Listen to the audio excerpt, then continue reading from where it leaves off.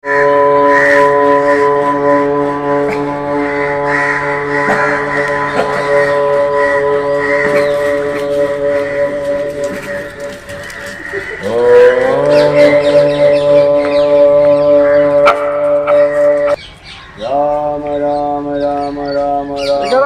সাধুর আবিষ্কার হলো? ভণ্ড সাধু না ভালো সাধু? আরে সাধুর কথাই বলছে না। ও সাধু বাবা, জয় শ্রীরাম। কে তুমি বালক? আমাকে কি বালক মনে হচ্ছে? আমি তো এখানেই বাসিন্দা। বালক? আমার কাছে সকলেই বালক, বুঝলে বৎস। হিসাব করে দেখছি আপনার থেকে আমার বয়স বেশি। আমাকে কিভাবে বালক বলো? শোনো, বালক বালক মানে এই আজকে যে রাম, শ্রীরামচন্দ্র, তিনিও রাম লালা। আমার কাছে এই দুনিয়ায় সবই লালা, সবই বালক। গোলমেলে হিসাব। আপনার বাবা কি লালা ছিল? আমার বাবা ছিল মহাসাধক, আমি তারই শিষ্য। হ্যাঁ বাবা, বলুন তো রামের প্রথম পুরুষের নাম? বালক, তাহলে শোন। শ্রীরামচন্দ্রের বাবা ছিল রাজা দশরথ, দশরথের বাবা ছিল অজ, অজের বাবা ছিলেন রঘু, আর সেই থেকেই রঘুবংশ। রঘুবংশের বাবাকে? রঘুবংশের বাবাকে শোন, প্রথম থেকে শুরু হয়েছিল রাজা হরিশ্চন্দ্র থেকে, তারই সব বংশধর। রাজা হরিশ্চন্দ্র বংশধর? তবে তো কিছু পাওয়া যাবে। শোন, সব সময় পাওয়ার আশা করবি না। তোকে তো দেখে মনে হচ্ছে তুই মুসলিম, না? শোন, মুসলিম হোস আর হিন্দু হোস, যেই ধর্মেই হোস, আগে মানুষ হ। মানুষ, মানুষই সর্বশ্রেষ্ঠ ধর্ম, এর উপরে কোনো ধর্ম নেই। শোন, সব সময় ধর্মর অনুসারে কাজ করবি এবং ধর্মপথে চলবি। শুনে রাখ, ধর্মই মুক্তির পথ, সর্বদাই অধর্ম বিনাশের পথ, বুঝলি? শোন, আজকে তুই বাড়ি যা, বাড়ি গিয়ে রাত্রিবেলা চিন্তা করবি। আর এই যে আমাকে যে সব প্রশ্ন করেছিস, নিজেকে প্রশ্ন করে দেখবি। বাবা, আমি অনেকের মুখে শুনেছি সবার উপরে মানুষ সত্য, তার উপরে কেউ নাই। দেখুন বাবা, মানে আমি টুপি পরে আছি, আমি মুসলিম, টুপি খুলে দিলাম, আমি হিন্দু। বাহ বাহ, এই তো বালক, এইভাবেই তুই মানুষ হ, আর মানুষের পাশে দাঁড়া। তোর চৈতন্য হোক বালক, তোর চৈতন্য হোক। সব ধর্মের আগে মানব ধর্ম, এই মানব ধর্মটা সব সময় মনে পড়বি। বাবা, আগে তো আমি অন্ধ ছিলাম, আমাকে চোখ খুলে দিল। জয় বাবা, জয় বাবা, জয় বাবা। তথাস্তু।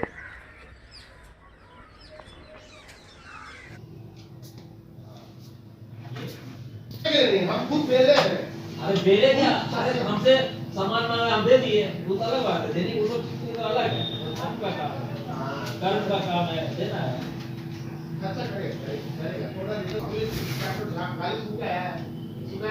हेलो, हाँ বলুন। আচ্ছা, হ্যাঁ হ্যাঁ, কোনো ব্যাপার নয়। আচ্ছা আচ্ছা, ওই হ্যাঁ, হ্যালো। আরে আরে মিস্টার সেনগুপ্ত, আপনি কেন ঘাবড়াচ্ছেন? আপনি কোথায় দিয়েছেন বুঝেছেন তো? আপনি আমাকে দিয়েছেন, ট্রাস্ট তো আমাকে করেছেন, চিন্তা করতে হবে, ঠিক সময় মতো কাজ হয়ে যাবে। আরে হ্যাঁ হ্যাঁ, আমার সাইটে অনেক লোক রয়েছে তো। হ্যাঁ হ্যাঁ, না না, ঠিক আছে, হবে, হয়ে যাবে, সব হয়ে যাবে। শুনুন, আমার তো এখন 3-4টে সাইটে কাজ হচ্ছে। হ্যাঁ, যে কোনো সাইটের ব্যবস্থা করে তো আমি। শুনুন, আরে 1 কোটি টাকার ব্যাপার তো, কোনো চিন্তা করতে হবে না। আরে জানি, এইসব তো আমাদের কোনো ব্যাপার নয়, সব ব্যবস্থা করে দেবো। আপনি খালি আপনার এই লোককে ওই সাইডে পাঠিয়ে দিন। হ্যাঁ হ্যাঁ, আর দিল্লি তো কাজে দিন চল পাঠিয়ে দিন দিল্লিতে। হ্যাঁ একদম ওই আপনার এতে পাহাড়গঞ্জে, হ্যাঁ ওখানে পাঠিয়ে দিন। ঠিক আছে ঠিক আছে, আমি মেল করে দিচ্ছি, আমি মেল করে দিচ্ছি। অল রাইট, থ্যাংক ইউ আচ্ছা। দুজনে তো বসে রয়েছো, একবারও আমার কথা মনে পড়ে না? হ্যাঁ, তুমি তো খুব ডাকতে মো মো, আমার কাছে আয় আমার কাছে আয়। তোমাদের কি আমার কথা মনে পড়ে না? দুজনেই চলে গেছো, বলো তো। বাড়িতে আমার ভালো লাগে না, তোমরা থাকতে আমার কাছে, আমরা ঘুরতাম, তো ছোট ছিলাম, তোমার সাথে ঘুরতাম। কত বড় হয়ে গেছে দেখো, আমাকে আর ঘুরতে নিয়ে যাবে না? তোমরা তো চলে গেছো, এইদিকে বাবা সারাদিন ব্যবসা ব্যবসা, আমাকে কেউ আর সময় দেয় না। যাক, তোমরা সাবধানে থেকো, যেখানে আছো ভালো থেকো, তোমাকে তোমাদের জায়গায় রেখে দিলাম।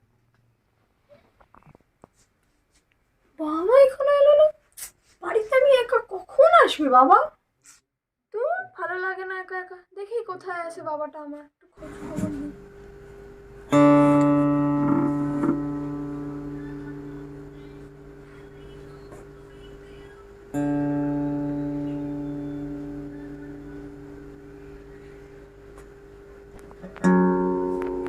বাবা, তুমি কখন এলে? আমি সারা ঘরে ভাবছি যে এখন বাবা আসবে বাবা আসবে, তুমি এসছো একবার তো আমাকে ডাকতে পারতে।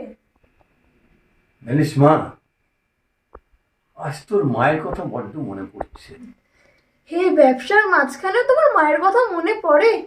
না রে, সত্যি ব্যবসা করতে করতে আমি যেন সব কিছু হারিয়ে ফেলেছি।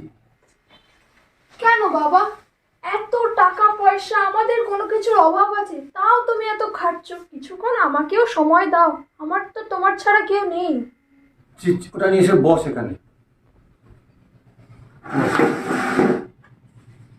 জানিস মা, তখন ছোট জায়গায় চাকরি করতাম, কারখানাতে, দিন আনি দিন খায়ের মতন অবস্থা। তোর জন্য যে একটা বেবি ফুড কিনে নিয়ে আসবো, সে পয়সাটা জোগাড় করতে পারতাম। জানিস, আমি যখন যেখানে চাকরি করতাম, কোম্পানিতে হঠাৎ বন্ধ হয়ে যায়, তখন যে কি আমি আতান্তরে পড়লাম তুই ভাবতে পারবি না। কিভাবে সংসার চালাবো? তোর জন্য যেটা বেবি ফুড কিনবো, সেও পয়সাটাও নেই আমার। জানিস, অনেক আত্মীয় স্বজনের কাছে গেছি, দূরে দূরে ঘুরে বেরিয়েছি, কেউ আমাকে একটু সাহায্যের হাত বাড়িয়ে দেয়নি। তোকে যে আমি কিভাবে বড় করেছি, মানুষ করেছি, সে আমি জানি তো। তারপরে আমি প্রতিজ্ঞা করলাম যে আমাকে একটা কিছু করতেই হবে, আমাকে পয়সা উপার্জন করতে হবে। তবে হ্যাঁ, সৎ পথে আমাকে উপার্জন করতে হবে। অনেক দূরে দূরে ঘুরি অনেক জায়গায় গিয়ে একটা ব্যবসা শুরু করলাম। অনেক কম টাকা, কিছু টাকা ধার নিয়ে একটা ব্যবসা শুরু করলাম। আজ ব্যবসাটাকে করতে করতে সৎ পথে ছিলাম তো, এত বড় ব্যবসাটা করেছি আমি। তুমি যে মাকে হারিয়ে ফেললে, ওটাই তো আমার যন্ত্রণা, আমার যন্ত্রণা। আমি যখন অনেক কিছু পেয়ে গেলাম, সব কিছু পরিপূর্ণ হয়ে গেল, তখন তোর মাকে আমি হারিয়ে ফেললাম। এই জ্বালা রাখতে পারছি না, জানিস, কষ্ট হয় আমার, খুব কষ্ট হয়, কিন্তু কি করবো। বাবা বাবা তুমি কেঁদো না বাবা, আমি তো আছি বাবা, তুমি কেঁদো না। না রে মা, জানিস আজ আমার কি মনে হয় জানিস, যেন সব ছেড়ে ছুড়ে দিয়ে কোথাও চলে যাই আমি, একটু শান্তি পাই আমি যেন করি। আমি শান্তির খোঁজ দিতে পারি স্যার। কে? সিরাজ, তুমি দেবে শান্তির খোঁজ? সেটা শুধু একটা নামে। নামে? কি নাম? রাম নাম। যদি মরা করতে করতে রাম নাম করতে পারে, বাল্মীকি হতে পারে, রাম নাম করে আমি শান্তির খোঁজ পাবো না? আমি নিশ্চয়ই শান্তির খোঁজ পাবো। চলুন স্যার, আমরা একটা সন্ন্যাসীর কাছে যাই। সন্ন্যাসী? হ্যাঁ স্যার, ওই সন্ন্যাসীর কাছে চলুন, উনি একমাত্র শান্তির পথ দেখাবে। সন্ন্যাসী? আচ্ছা সিরাজ, কোথায় বলো তো?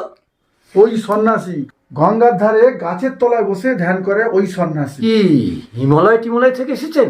মনে হলো তো আমার থেকেও ছোট। বাচ্চা ছেলে সন্ন্যাসী, কি বলে বাবা? স্বামী যদি ওই 36 বছর বয়সে বিশ্ব কাঁপাতে পারেন, তাহলে ইয়ে হতে পারে, আশ্চর্য কিছু নেই। হ্যাঁ হতে পারে, উনি তো বললো আমি অযোধ্যায় যাচ্ছি। চল মা, আমরা অযোধ্যা। অযোধ্যা? না না না না, না, গঙ্গার পারে যাবো। চল চল চলো চলো। আরে বাবা ড্রেসটা চেঞ্জ করো। ভাই আমি একদম ভুলে গেছি মা। যাও, যাও, dress change করো। ঠিক ঠিক আছে যাও, যাও। থ্যাংক ইউ মা, আমার থ্যাংক ইউ। তুমি বসো, বাবা এখন ড্রেস চাপতে 1 ঘন্টা, এখন রেডি হতে গেছে, দেরি লাগবে। ঠিক আছে আমি বসছি। সিরিয়াস না? তুমি এসব আজগুবি কথা বলে বিশ্বাস করো? দেখো মৌসুমী, বিশ্বাসে মেলায় বস, তর্কে বহুদূর।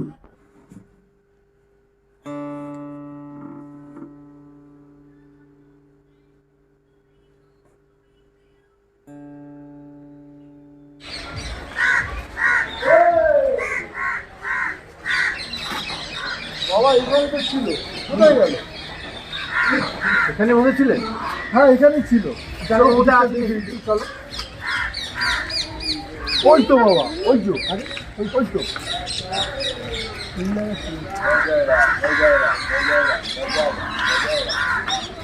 এসো এসো, এই যে। নমস্কার। হ্যাঁ, আমার তো চোখ খুলে দিলে, আমার স্যারের সব বিষণ্ণতায় ঢুকছে। আপনাকে দেখে তো মনে হচ্ছে আপনি খুব ধনী। হ্যাঁ আমি ধনী, সত্যি আমি পয়সায় ধনী, কিন্তু আমার মনের মধ্যে আমি ধনী নেই।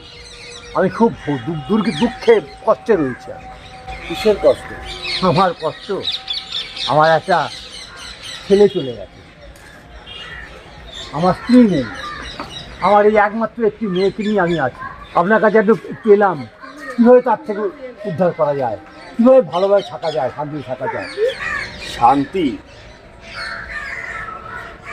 বস বস।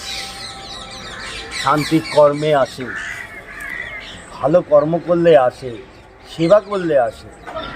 শান্তি আপনি বলছেন কর্মে আসে, আমি তো কর্মময় জীবন, কর্ম নিয়ে থাকি আমি। শোন, ওইসব কর্ম তো ভোগবিলাসের কর্ম। কর্মই বটে, কিন্তু কর্মর সঙ্গে সেবাও রাখতে হবে। নানা রকম সেবার সঙ্গে যুক্ত হয়ে যা, শান্তি পাবে। আপনি আমাকে বলে দিন কোন কর্ম করলে পরে আমি ঠিক জায়গায় যেতে পারবো, আমি শান্তি থাকতে পারবো আমার মেয়েটাকে নিয়ে। সেবা। কিসের সেবা বাবা? কাকে সেবা করছো? সেবা, জীবে সেবা।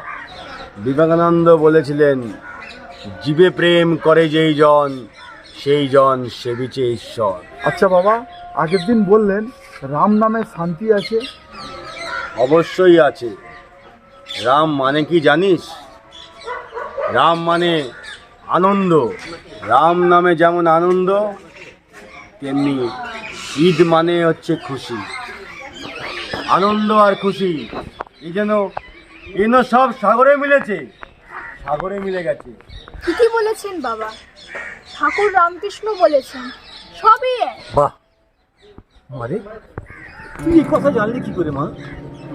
জানো বাবা, আমাকে মা বলেছিল একদিন আচ্ছা, সবাই এক। মা কোনো দেবতা ঠাকুরকে পুজো করতো না তো, মা শুধু এইটুকুই বলতো সবাই এক, সবাইকে ভালোবাসতে শেখো।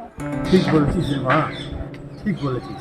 হ্যাঁ তোর মা তো এই কথাই বলতো, তোর মা বলতো মানুষকে বিশ্বাস করতো, মানুষ বলতো সব মানুষের মধ্যে তোর মা বলতো যে ঈশ্বর রয়েছে, ভগবান তাদের মধ্যে বিরাজ করছে। ও মুসলিম হয়ে এক হিন্দুকে নিয়ে এসছে শান্তি ফেরানোর জন্য। আর কি দরকার, আর কি চাই? কার কাছে এসছে? এক রাম ভক্তের কাছে। বাবা তুমি ঠিকই বলেছ, যে রাম সেই তো রহিম, রাম রহিমে একই একাকার হয়ে গেছে বাবা। ওই যে তুমি একটা কথা বললে না, সবাই তো এক, সত্যি তো সবই এক। বাবা যখন সবাই এক, তাহলে কেন এত ঝামেলা, কেন এত ঝগড়া হয় বলো তো? ওরে, আমরা যে সব অবচেতন মনে আছি, যেদিন চৈতন্য আসবে সেদিন বুঝবি আমরা সবাই এক, আমরা সবাই এক, আমরা সবাই এক।